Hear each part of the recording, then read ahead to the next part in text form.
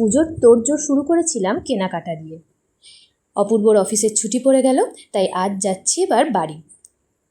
OLA বুক করে নিয়ে বেরিয়ে পড়লাম দুজনে মিলে। এই যে আমরা যেখানে থাকি সেই পাড়ার পুজোর প্যান্ডেল। কালকে সন্ধেবেলায় ঠাকুরটাও দেখে চলে এসেছিলাম, তবে তখন অবধি প্যান্ডেলটা পুরোপুরি কমপ্লিট হয়নি। যাই হোক, কথা বলতে বলতেই পৌঁছে গেলাম হাওড়া স্টেশনের একদম কাছাকাছি। এই যে এখন আমরা হাওড়া ব্রিজের ওপর দিয়ে মা গঙ্গাকে পার করে পৌঁছে যাব স্টেশনের ভিতর। আমরা টার্গেট করেছিলাম 12:15 শহীদ এক্সপ্রেস ধরব, কিন্তু রাস্তায় জ্যামের জন্য একটু লেট হয়ে গেল পৌঁছতে। যাই হোক, এর পরের ট্রেন প্রায় 2 ঘন্টা পরে। কিছু করার নেই, ওয়েট করতে হবে।